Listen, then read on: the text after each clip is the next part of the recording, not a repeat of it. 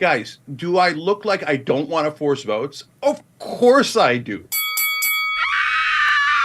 One of the moments that I remember of TYT being characterized as no longer capturing the spirit of the Justice Democrats or what the Justice Democrats were supposed to do was the moment around force the vote.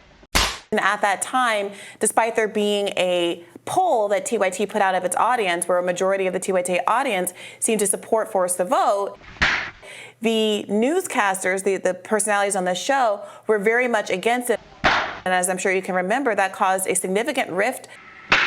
The issue was not whether or not Nancy Pelosi would necessarily become speaker. Cenk, sure, with all due respect, your Fantasy characterization of what happened, I think, is reflective of the lack of grace and communication that was happening among the left at the time.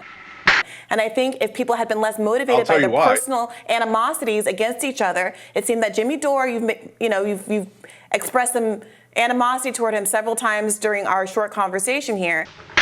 I do think if those personal animosities weren't at play, maybe we could have been in a world where you were listening to myself, Crystal Ball, Kyle Kulinski, Cornel West, Chris Hedges, who were also advocating for this and who were being very clear that there were any number of demands. I wrote an article in Current Affairs that set all of this out contemporaneously, so you can go back and look, that it wasn't this idea that we were going to hold the vote and magically get Medicare for all. Cenk, you're talking about personalities, I'm talking about issues. All I know is that David Sirota supported Force the Vote. I had him on my podcast talking about it many times. That's not true. Yes, he did. No, and he didn't. continues to be an advocate that I value and respect a great deal.